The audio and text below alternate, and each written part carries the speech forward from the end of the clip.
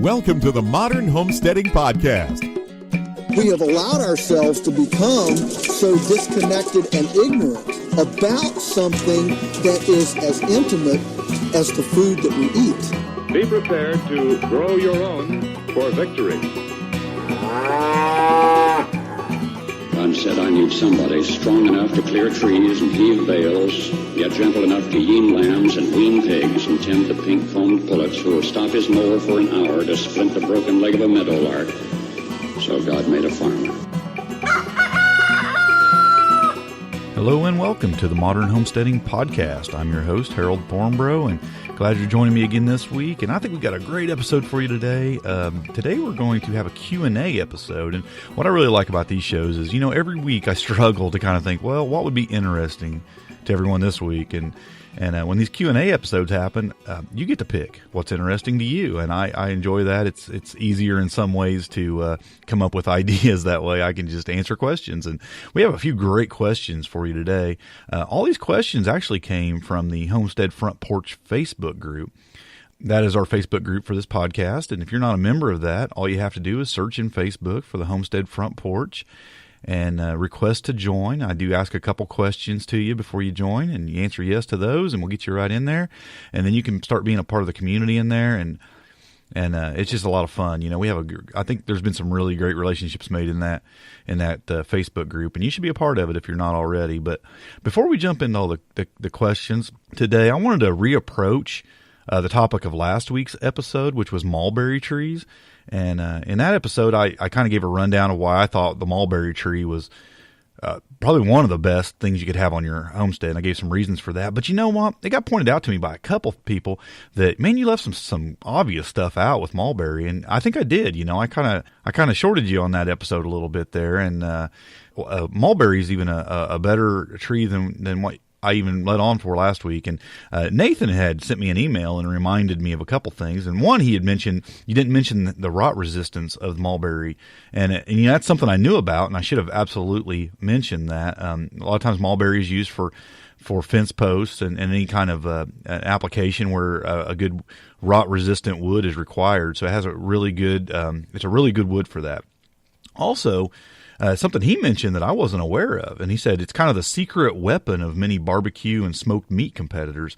It's similar to apple with some earthy hickory-like flavors, and I thought that was really interesting. And if you're into that, that might be a great wood. It sounds like it would be a great wood for doing your smoking with. So I thought that was a great tip there. Also, Heather Eby, who'd been on the podcast a long time ago, she had mentioned that she has one in her chicken run. And that it's just because it's such a messy tree, it provides a lot of food for the chickens because all them berries just fall. I keep calling the mulberry berry a berry, which it's not. It's actually a fruit, but it falls down and creates a kind of a big mess in the chicken pen, but that's great for the chickens. They love it. And she had suggested that's what she tells people, that, if you're going to plant one in a chicken run, and then what you don't gather, the chickens will benefit from. It just falls down in there. And I thought, boy, what a great suggestion. So that's a great use for the mulberry tree on your homestead. Well, with that out of the way, let's just go ahead and just jump right into the Q&A for today. Shannon asked, what would be the top 3 to 5 things that should be accomplished or bought the first year of homesteading? Tractors, chickens, beef, meat animals, garden, or compost pile. She has question marks behind all those. And my first thought is that you want to get started with anything that takes a while to establish and or is easy to get started with. And when I was thinking, when she asked this question, the first thing that popped into my mind was, and because I was just thinking about my homestead, and I'm thinking, okay, what do I wish I would have done earlier in the beginning that I could be benefiting from now? And the first thing was my fruit trees. I look at my fruit trees, and most of them are less than 2 years old, and I'm not really getting the benefit from those yet. So I'm thinking that one of the first things I'd want to do is plant some fruit trees, fruit, nut, whatever trees you're going to have on your property. I'm thinking fruit trees would be a great place to start because those are going to take a while to establish, to start getting the benefit from those. So I'm thinking trees. I'm thinking you want to prep a garden area for sure. If it's not early enough in the year at that time that you could go ahead and just start getting you a garden ready and have it going that year, I would at least start prepping one. I mean, I would put down cardboard in the area of the garden I was gonna plant in. I would cover it with compost and some kind of an organic matter like mulch or straw over the top of the compost, and wet it down really good, wet that cardboard down really good when you lay it down, square off an area, and I would let it sit and, through the winter or, fall and winter, and have it ready for spring. And, I would do that if I was going to, and honestly, I would probably even till it before I did that. I'm not a big proponent of tilling, but to prepare that area, I would probably till it once, lay the cardboard down, compost over the top of the cardboard. Just make sure when you're putting that cardboard down, you're removing all the tape and the stickers and things like that. You just want the cardboard, and then throw a few inches of compost over the top of that, and then throw some organic matter, some straw, hay. I prefer straw just because there's less seeds in it, or some mulch if you're going to go that route, and let that sit for a while. So I would get a garden area prepped or ready, or start a garden. And absolutely get started composting. I mean, it's one of the simplest, when I said easy things to do. Yeah, starting a compost bin is easy. I mean, you could just start a pile, or you could, if you want to keep it a little neater looking, you can just get you like some pallets and square them off, fill those up with organic matter, and just get it going. I mean, it's something that's not, you're going to be pulling weeds, you're going to be, throwing stuff out that's compostable. Why not have a place to put it? Right off the bat. And it's something that's not going to take you very much time. It's not going to be expensive. It's not going to take a lot of work. Get started composting. Absolutely. And get started with your preferred livestock. Especially you mentioned chickens. Should you get started with chickens? If you want chickens, get a couple chickens right off the bat. It's you're going to do it anyway. You might as well start doing it early. It's not going to require a lot of work. You could build something really simple to house them, an area to keep them. Even if you want to just start small right off the bat, 2, 3, 4, that's fine. Just get you a couple and get going with it. Why not? I would start planning for my infrastructure. I would start thinking about things like outbuildings and fences and pathways, and because this is going to determine a lot where you're going to put trees and your garden area and your compost bin and all these things. So start planning those things out. And if that's something maybe you just can't quite get and you want to get it just right, because this can be expensive. You don't want to go putting in, it can cost you thousands of dollars to put in outbuildings and fences and things. So you want to get this right. This is not something you want to mess up on. So I might even, if it's something you're struggling with, making decisions on that, because you're going to be taking into consideration a lot of things like the sun, and the shade of your property and wind and water access and things like that. This is an area where it might be beneficial, if you're struggling with that or you don't have a good grip on that, to pay a consultant. I would probably go down the permaculture consultant route. There's a lot of folks coming out of permaculture trainings that are looking to get started in the consulting, and especially when they're early on, they're probably doing this at a fair rate. And you could get somebody to come out and because they're trying to build their portfolio early. Okay, they've been trained in this. They know what they're talking about. They know what things they're going to need to consider. I would get a hold of some of these folks, and I would find somebody that could come out and maybe do a sketch of my property and do a design, do a permaculture design. You tell them what you're wanting on the property. You tell them kind of what you'd like to raise animal-wise, what you'd like to grow tree and vegetable-wise. Some just the infrastructure layout maybe. Give them a rough idea and let them come in and say, this is where this needs to be. This is where you have to have a pathway. And this is, they're going to break it down into zones for you. And they're going to give you a really good idea of where you should be putting in your infrastructure. So I would probably go that route if I was unclear on that. I think one of the key things is to just move slow. Don't overdo it. Take your time. Start with easy things and things that will take a while to establish, like trees. But other than that, you're going to be on this property for a while probably, and you're going to have time to do things. But the big thing is you don't want to change things that are going to be hard to change. So when it comes to those big decisions and those expensive decisions, take your time with those. Make sure you're doing it right, and get started right. So those are some things I would start with. Definitely trees, garden area, composting, and a little bit of livestock. I wouldn't get crazy with the livestock unless that's just your avenue. I mean, if you're starting a a herd of cattle, yeah, I mean, that's the whole purpose of your homestead. I mean, you got to do what you got to do, right? But if you're like most of us are just trying to ease into this thing, yeah, just take your preferred livestock and go with that. And, I would go with something like chickens over rabbits, if that was an option, because, like in my area, chickens are a lot harder to do because of local ordinances and things. But rabbits, that's the benefit to me of having rabbits, is they're quiet and, don't take up a lot of space or anything. But yeah, chickens, I mean, they're going to give you that double benefit of eggs and meat and compost material. So yeah, you're going to want to get you started with some chickens. You said tractors. I don't know if you mean like rabbit or chicken tractors, or if you're talking like equipment, but if you're talking chicken tractors, it's a great way to raise them. I mean, build you 2 or 3 chicken tractors and start running your chickens across your property like that. That's not hard. It's not real expensive, and it's not something that's permanent. I mean, it ain't like you can't move those. They're made to move. So, yeah, do that. I mean, if that's the way you want to raise them, absolutely. It's a good way to start. Let's go to the next question. Elizabeth asks, what's the biggest mistake you've made on your homestead? Would you try it again? And what would you do differently?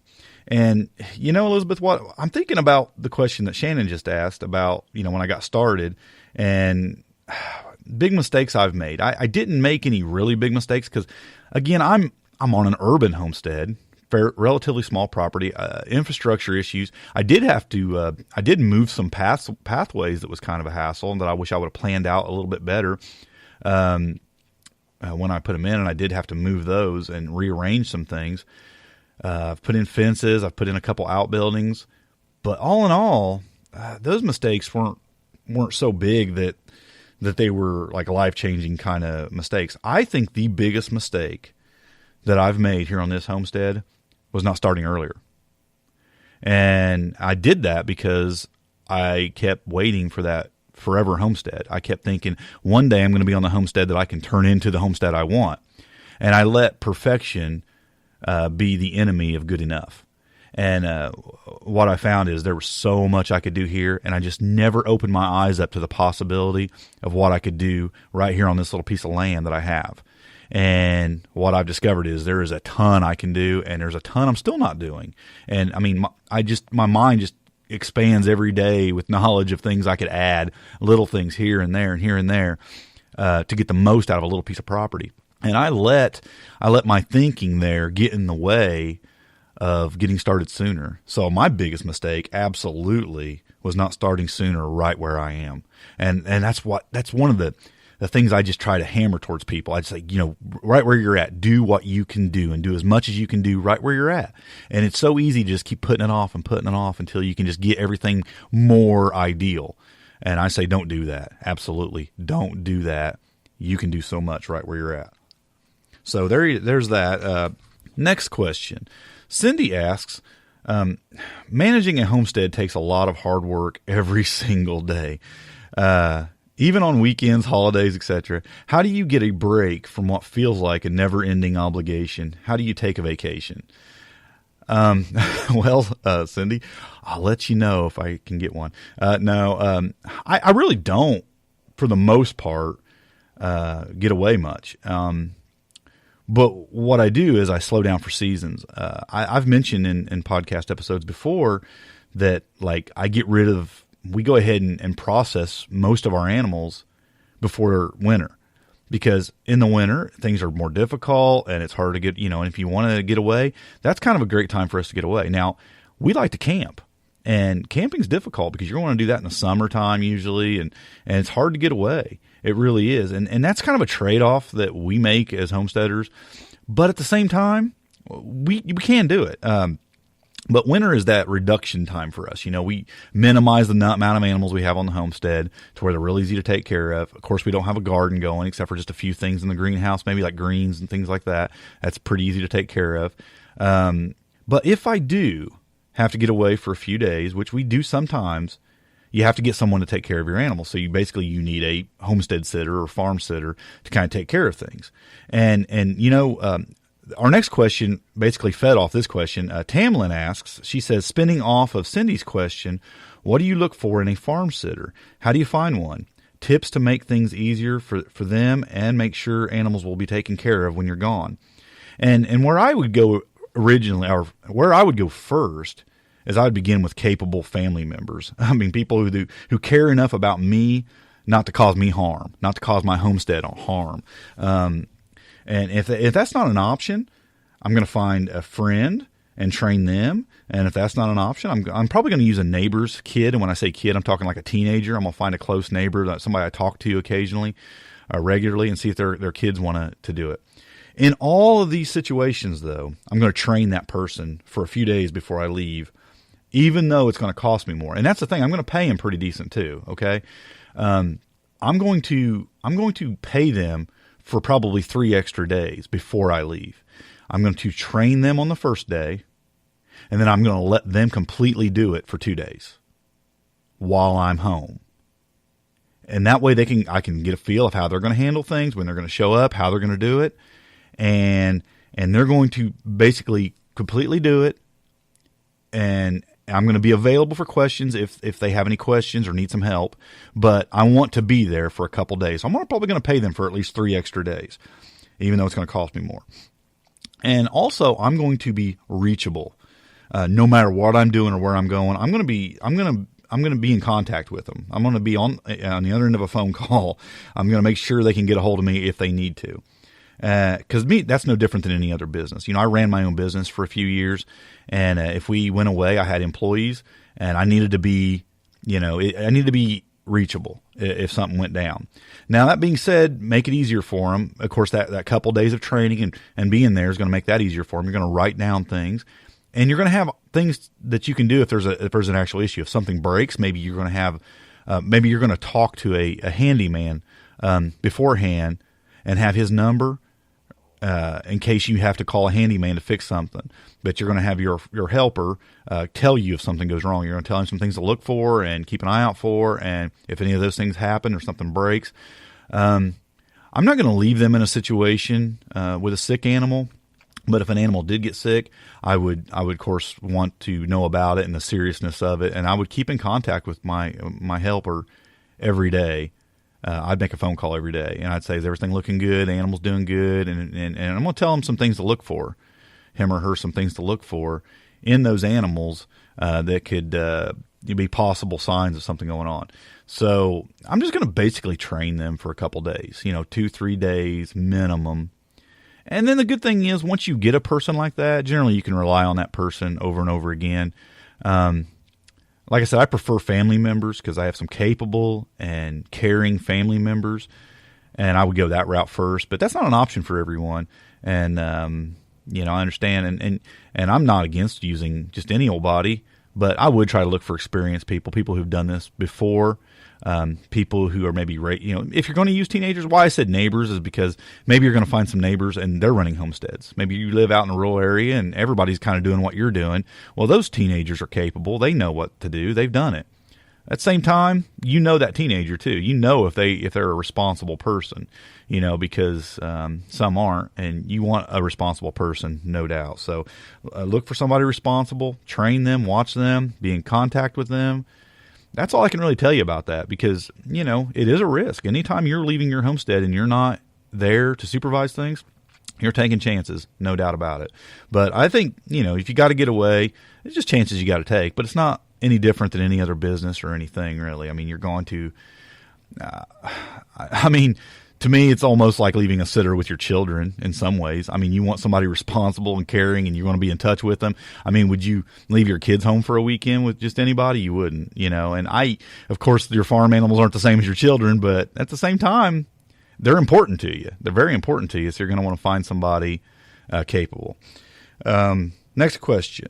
Meg asks, this is Meg Holler also. I wanted to tell you about, they have a YouTube channel called The Holler Homestead. Go check that out. They're getting ready to embark on some big adventures, and they've got some great videos on their YouTube channel. I'll put a link to their YouTube channel in the show notes, but go check it out. They're getting ready to do some big things, and they do some great videos and just a great YouTube channel. But Meg asks, if you were to start all over, what would be the major things you would look for in a homestead/property? Now, this question isn't as hypothetical as you might think. this probably isn't our forever homestead. I'm thinking in probably 3 to 5 years, we're probably going to make the jump to a rural homestead. We've been urban homesteading now for a few years. And while at first I thought I was so amazed, and I even said this earlier, that I've been amazed at what I can do here, there is a limit. And there's only so many things I can do here. And one day I would like to do more. I mean, I would like to be able to have some serious acreage and do some things with, and get away from some of the local ordinances and things. So it is something I've thought a lot about and what I would want to look for in a property. Number one, I think, is good water. I mean, you have to have a good water option. That's going to be really hard to fix if you don't. So I'm going to want, if there's a well on the property already, I'm going to want to test that water. I want to know that it's good water, because I actually have had some, not personal experience, but my grandparents had a place and the water was horrible, and they had to actually bring water in on their place because their well was just garbage, and they tested it in other areas and they couldn't even get good water on their property, and they had to actually bring water in. So I would want a good water option, because there can be bacteria and sulfur and just all kinds of things. Now, there's good filtration systems. Now, when I'm talking about my grandparents, this is, 30 years ago, so it wasn't something that it was easy for them to deal with then. But things have gotten better with filtration and things like that. So purification methods, things like that. So, but I'm going to want to check for a good water source on the property. Second is good soil. I'm probably going to get a soil test, and I'm going to talk about that in a few minutes with another question we had. But I'm probably going to get a good soil test. Now, soil's not going to decide completely unless there's just some serious heavy metals in the property. But I'm probably going to get a soil test, but it's not going to be the deciding factor, because I know that you can fix soil for the most part, unless it's something really, really bad. I mean, if it had nuclear waste dumped on it, I don't think I'd want to mess with that. But other than that, I can probably fix the soil, amending it and time, and if all else fails, even raised beds.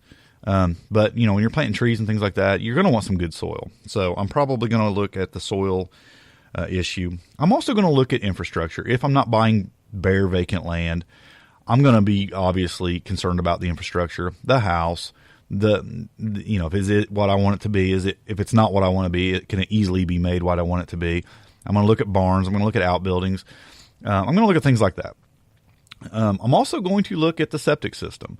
What are we looking at there? I mean, that can be an issue. Is there a problem there? You're going to want to check out all that, and we're going to talk about that in a few minutes as well in another question. But that's something you're going to want to check out on the property. And you're going to want to consider what surrounds you. Around here, where I live, there's a lot of farmland. And that sounds great, doesn't it? But I'm going to tell you, I would rather live in town than I would live where some of these places are that are surrounded by fields. There is a lot of like half-acre to 1 acre little plots of grass, basically, with a house on them, right off of a road, that are completely surrounded by open fields. And on them open fields, they're growing GMO crops, and they're spraying constantly and dumping stuff on these fields constantly. And you're protected by nothing. You're surrounded by that. I'm concerned about that. I don't want a property that's completely surrounded by open, GMO managed fields. I just don't want anything to do with that. I know it's going to be everywhere, but you can find a place, a corner of a lot, maybe a wood surrounding you. I would rather have other houses around me with lots of grassland and them taking care of their properties in a proper way than I would have those open fields. So I'm going to be concerned about what's around me. What kind of land's around me? Is it woods? Is it other neighbors? Is it fields? And then know a little bit more about those fields. I want to know a lot about my neighbors. I want to know what kind of neighbors I'm going to have. I'm probably going to, if I'm really looking at a piece of property, I'm probably going to go around and talk to all my surrounding neighbors and introduce myself and tell them I'm looking at that property, see if they can tell me anything about it, and just feel them out, see what kind of person they are, I'm going to consider the laws and ordinances of the area.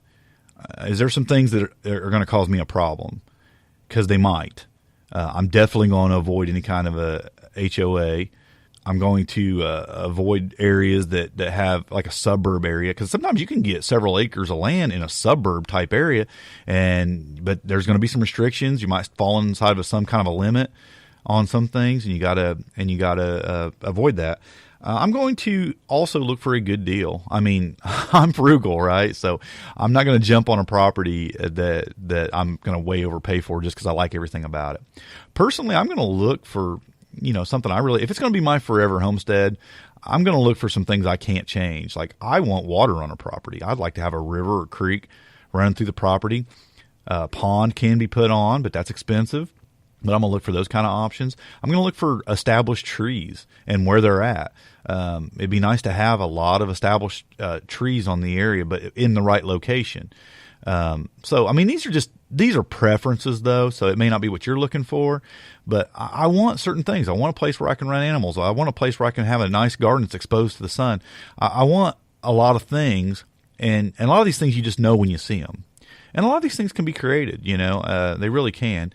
And, you can turn some garbage property into something great. You really can. You just have to have some vision for it. And, I used to not have that vision, which is why I didn't want to do any kind of homesteading on my little piece of property. But since being here, it's actually helped me to have a lot of vision, because now I know what you can do with very little. And, if you had a lot to begin with, you could do so much more, and it just expands your vision. So you just have to have a little bit of vision. You can't be completely turned off by trash and things like that. We've talked to people on the podcast who bought, pretty tore up bad properties and turned them into something great. There's some properties around here, people throw junk and trash and tires all over them and things like that. You kind of got to look past those things sometimes, and you got to think, with a little bit of hard work, can I make this into something? And you know what? Usually you can. So, I'm going to look for certain things, but it's those things that you can't change or make better with a little hard work. And, I hope that answers your question. I'm sure there's a lot more to that question that I would actually consider, but just off the top of my head, those are the things I'm thinking I would want to look for. And I might even do a whole episode on that one day if I put more thought into that and think about forever homestead, especially as I get closer to looking for our homestead one day. Okay, next question. Kim asks, we just moved to a new construction home. How do I go about repairing my soil or getting it tested? Kim, there's some different ways, different kinds of tests. Like if you're doing something simple like a pH test, you can do that on your own with some simple kits. I don't think that's what you're talking about, because you're talking about a new construction home. Your concern might be that they brought in a lot of fill dirt to do some landscaping and things around, or to dig out of the area of the home. And you're right. I would probably want to get a complete soil test. On a complete soil test, they're going to you're going to find out, of course, about the pH, which you're going to probably want to be between 6 and 6.5. That can be changed. I mean, you can do things for that if it's not to make it better, but that's ideal growing conditions for most plants and trees. It's going to give you the nutrients of the soil. It's going to tell you if there's any heavy metals in the soil, which is probably your biggest concern. And of course, the nutrient deficiencies in the soil is also a big concern, but that can be fixed easily, just with additives and things you can put on your soil. The heavy metals can be a real problem. So that's something you're definitely going to get a detailed test for. Now, my suggestion is what you do is you go to your local county extension office. Every county has access to one. Your county dollars ensure that, I'm sure. But they're usually tied in, they are tied in with local universities. And these tests are sometimes free in some states and counties, and sometimes they're not. Sometimes they have a fee attached to them. It just depends on your area. And you're going to want to take the area you're concerned about, and you're going to want to take soil from 3 or 4 different areas, and they'll tell you how to do this. You go down to your county extension office, and you'll get the kit. It's a box or a bag. It's usually a bag, I guess.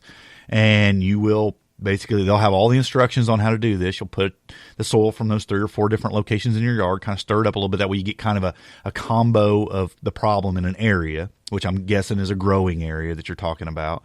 Put it in a bucket, kind of stir it together, then you'll fill it, put however much they need in the bag, and then you take it back to the county extension office. And what you'll get back is a detailed report on the nutrient levels, the deficiencies, the pH level, any heavy metals that are in the ground, and then you can decide what you need to do. May very well be that you don't have to do much of anything, in which case you just want to feed the soil, and you can do that with compost. Just compost, and just like you would prepare any garden bed, basically. You're just going to put compost down and just, that's going to be your fertilizer for your property. And if it's a garden area, you might want to do the mulch thing and do all that. If it's got a deficiency in some kind, then you're going to, of course, want to find what methods there are to address that direct deficiency in the nutrients. And there's a lot of ways to do that. Green sand can fix some deficiencies, lime, there's calcium. I mean, there's a lot of things you can do to add to the nutrients of a soil if it has a deficiency. I would want to do that in as natural of a way as I could, not using any kind of synthetic fertilizers or anything like that. Now, if you have heavy metals, you got a bigger issue, especially if it's things like lead and things like that. And that could be a real concern, which is why I would probably get soil tests before I moved on to a property, if that's a problem. Now, it's not like a homestead killer completely if you have these issues, because in town, like in cities, major cities, I would not turn anyone away from saying you can't homestead there because your soil's bad. I'm just saying you got to find other solutions, which might be raised beds and bring in soil and things like that. You might just have to be a little more careful about what you do with the soil, and time usually takes care of a lot of those problems. Just time, you can still feed the soil, try to get it to repair itself over time. Mushrooms have been proven. They do a lot to fix the soil. So, that's a good way to go if you need to fix your soil. But I don't want to talk about all that in detail because we don't even know if you have any kind of problems, and that can be a whole rabbit trail. If you end up getting a soil test and you find a certain issue, with that, send me an email or ask me in the front porch, and we'll see if we can't figure out in a more detailed way how to fix the problem if you have a problem. But if you don't have a problem, I'm saying just compost and regular, maintenance for that area that you're going to grow in is good enough. So that's what I would do, and that's how you go about doing that and getting a soil test and all. So next question. Ian asks, do you have any rules for people that visit your homestead? Do you allow them to pick from your harvest, or do you prefer that other people don't work with your crops? Have you had any interesting experiences when people tried to pick from your plants? Yes, I kind of do, but I'm not real strict because I look at my homestead in a couple ways. It's the reason I do this podcast and have a website is I don't do it just for me. I also do it in a lot of ways as an experiment and as a training tool. I want other people to learn about homesteading, and because of that, it's worth sacrificing some of my produce or possibly even some of my plants to ignorance or a little bit of disrespect or rule breaking to teach a lesson or to show somebody something. And mostly what I'm talking about is kids, because now if I have an adult on my property that's tearing stuff up, I'm probably going to get a little bit aggressive with that person. Like, what are you doing? You have a brain in that head. Don't do that. I'm going to get a little aggressive with kids. I'm going to be way more tolerant. I came around the corner one day and I was driving down the road and I could see along my fence road, I could see the neighbor kids walking along my fence road and they was carrying a bowl. And I was passing my wife on the road and she said, the neighbor kids are over walking along, picking all your berries and fruit along the edge of the fence. And I chuckled and I said, I'll take care of it. So I whip around and I come up with kind of like an alley behind my house. I whip up through there, which I don't normally go that way because I've seen them heading up that way. And I whip up that way and I pull back there and I actually see them chuck the bowl into some bushes. And I get out and walk down there. So what's going on, guys? And they're like, nothing. And I said, are you picking some stuff? And they're like, no. And they were denying it and lying to me. And I said, well, you don't have to lie to me. Like, where's that bowl you threw in the bushes? And they went over and kind of got it. And it had some blackberries and raspberries and things like that in it. And I said, I want to tell you something. Anything that hangs over that fence, you're welcome to pick. I don't care. You reach in there and grab whatever you want. I said, but you don't have to lie to me. You don't have to hide it from me. Just do it. But I said, if you're going to go, don't ever go inside and pick anything unless I'm home and tell you it's okay. Okay. And they're like, okay. And I'm fine with that, and I just got a kick out of it. It didn't make me mad at all. I just wanted to kind of catch them in the act and then kind of explain to them that it's okay. I'm totally okay with you eating some of those berries. I actually prefer it. It's way more than I can eat and I'm going to do anything with because my entire fence line is nothing but blackberries and raspberries. So, they that was kind of a funny story, but it was funny that they were trying to lie to me and stuff. But no, I don't care. If I invite them in the backyard and they walk over and pick a tomato or whatever and eat it, I just want them to eat it. I don't want them to just throw it on the ground. We have kids here occasionally and they'll go attack the blueberry bushes or whatever. I have had a couple kids yank a plant clean out of the ground. I don't get mad. I just say, don't do that. If you want the veggies off of it, just pull them off real easy. And I'll try to explain to them and teach them, because the bottom line is I don't make my living with my homestead. If those crops were my survival was based on them, then I'd have a real problem with it probably, and I'd be a little more strict about it.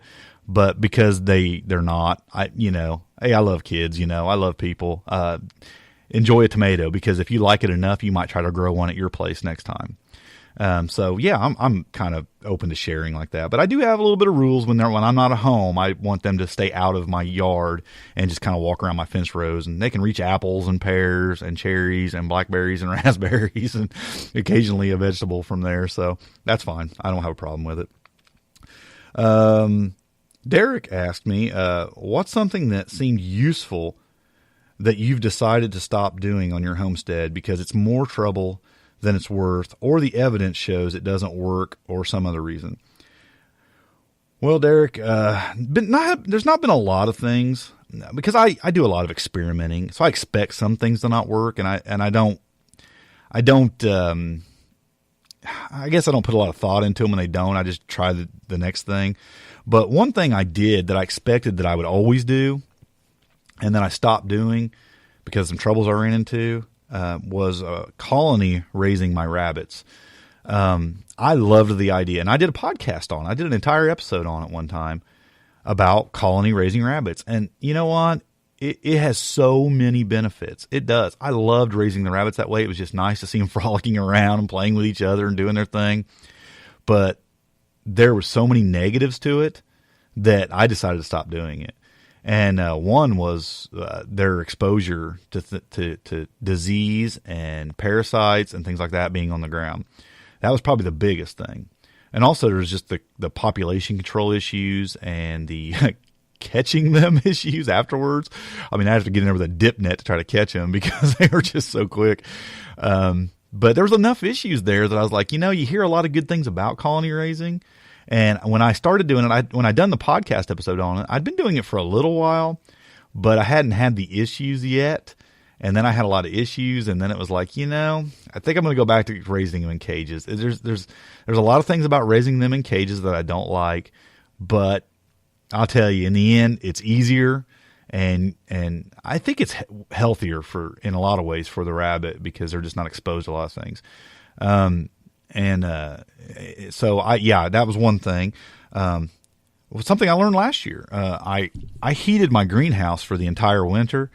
I'm not going to do that this year. I think the cost of heating that greenhouse was more than the benefit I was getting from heating that greenhouse all winter. So I'm prolonging with heat in the fall, and then I'll start early in the spring heating it to get things started.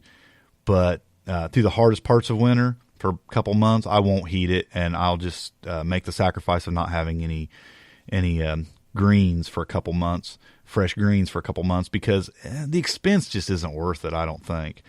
So that's a couple things I could think of off the top of my head. There's probably more, but those were a couple things. April asks, what are some useful homesteady things we can do over our septic leach field? It's a very large grassy area that's going to waste, literally.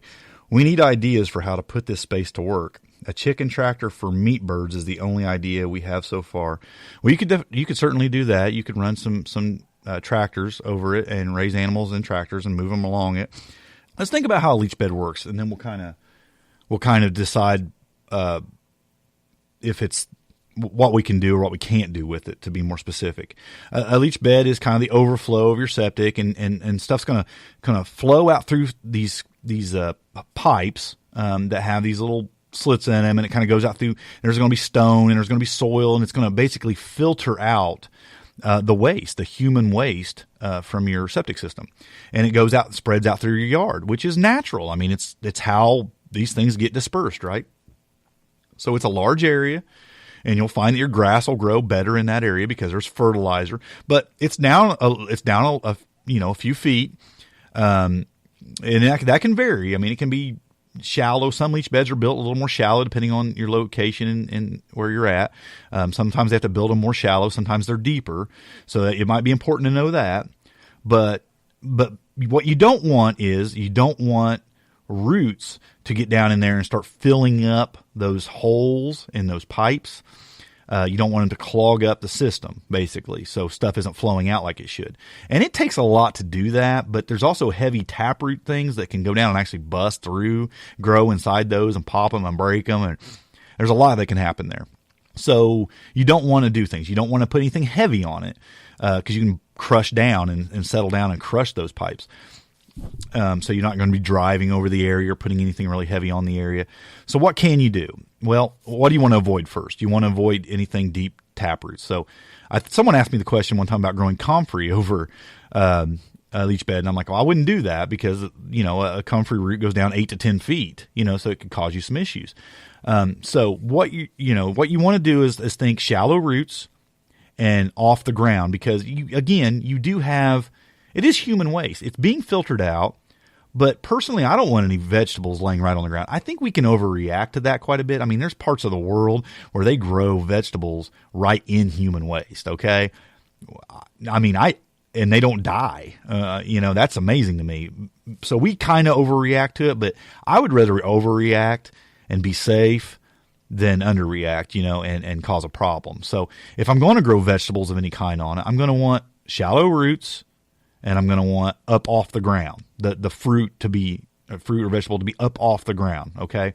So tomatoes, if it's up off the ground, or peppers, I mean, anything shallow roots.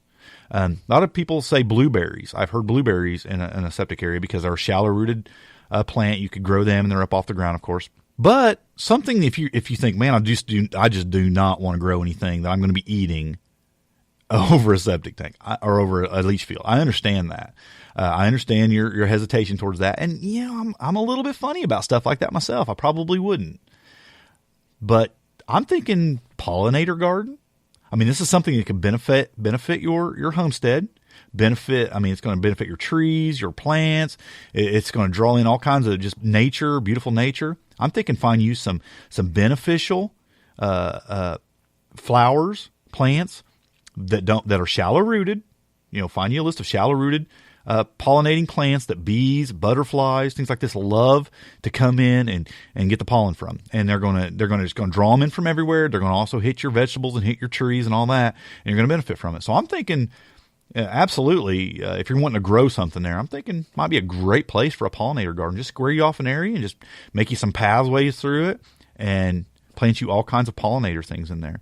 And then maybe you can get you some bees on the back part of your property, and they're going to benefit from that or something like that. I mean, I don't know. These are, I think that's something that could be very, very useful. But again, I would look for things that are shallow rooted.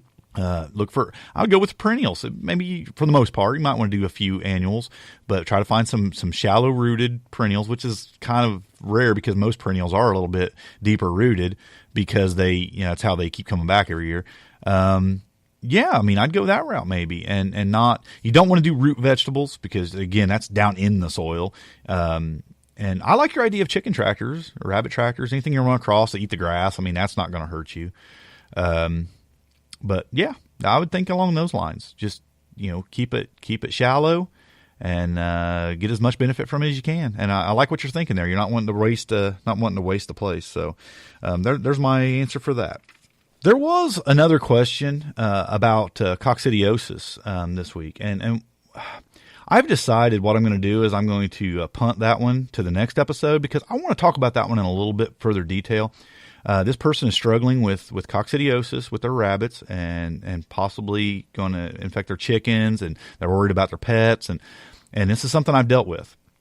And I want to just kind of talk about that for the topic of the next episode. So I'm gonna punt that to the next episode, and we're going to deal with that question then.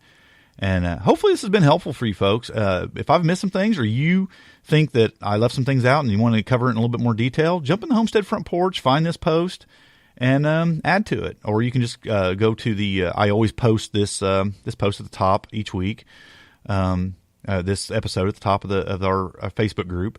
and just go in the comments there and add to it a little bit. And if you have some other suggestions that would help these folks out. But hopefully this helped. Hopefully I gave you some ideas and got your wheels turning a little bit and got you thinking about it. And, I think that it's good that we can come together as a community and kind of help each other out. And, I don't have all the answers, but as a community, we come up with some pretty great answers. So don't be afraid to be part of that community. Same thing with that mulberry tree. I missed a lot of stuff, wasn't thinking clearly on a few things, kind of threw that episode together last minute. And, you might have even heard me kind of jumbling through it a little bit because I was kind of rushed for time. But as a community, we can come together and give some other suggestions and get some other ideas. And I love that. I love that we can come together as a community, and then I can even share that on the podcast for those who don't really get in our our Facebook group that often. So there you have it, folks. There's my answers to a few of your questions. I love doing these kind of episodes. So if you ever want to ask questions, throw them in there. We can. I try to do them. I actually post in the group that I'm going to do an episode like this. But it can happen anytime. I'll answer a question on a podcast anytime. If you'd like to have it answered, just ask it in the Homestead Front Porch or send me an email to sthomestead for Small Town Homestead at gmail.com and ask your question. We also have a phone number there that you can call and leave a voicemail that you can get at the website. And I love these kind of episodes. So hey, if you enjoyed this episode, go into iTunes and leave us a rating and review. We're loving getting those. We got another one last week. I just love getting those. It's really encouraging to know that this podcast is helping some folks out, or that they're enjoying it, and that it's keeping them focused on their homestead, and then they're growing a little bit from it. So love to have ratings and reviews wherever you're listening, and share the podcast with someone. I think that one of my goals doing this is to get the word out about homesteading. And, that happens through the podcast and through you guys sharing it. And share the podcast with some folks. And, I'm glad you joined me this week. And until next episode, happy homesteading and God bless. Thanks for listening. To see the show notes for this podcast or listen to other podcast episodes, go to smalltownhomestead.com. There you can also read our blog, connect with us on Facebook, Twitter, and Google+, and take advantage of the many resources we make available to help you along in your homesteading journey. Please share this podcast and help us to carry out our mission of helping others to homestead today for a better tomorrow.